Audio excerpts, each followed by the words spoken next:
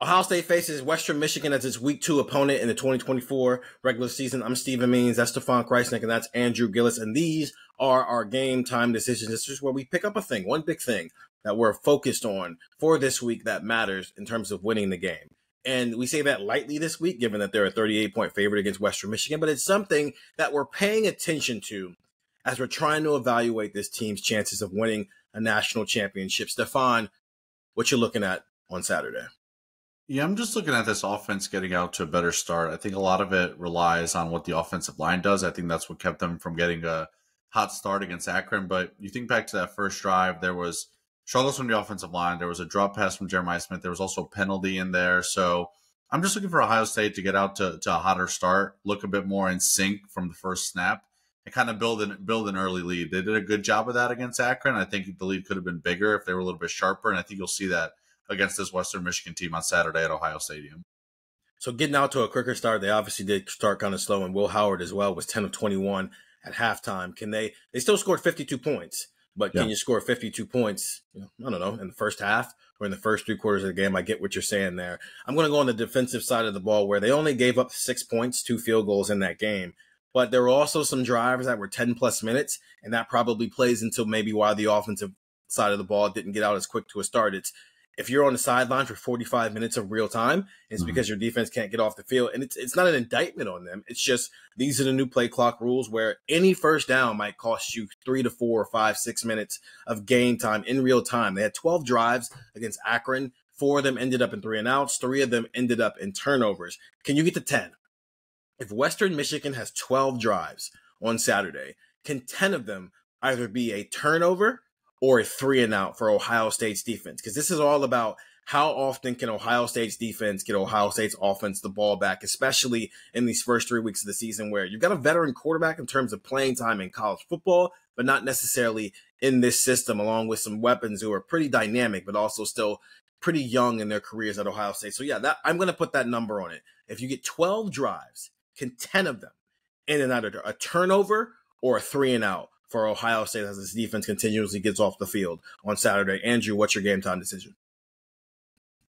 I want to see Will Howard run the ball more. I want to see how much he runs the ball more, because something that came out of Tuesday's press conference that was really interesting to me was Will Howard going, there were more opportunities for me to run the ball than I originally thought after I watched the film.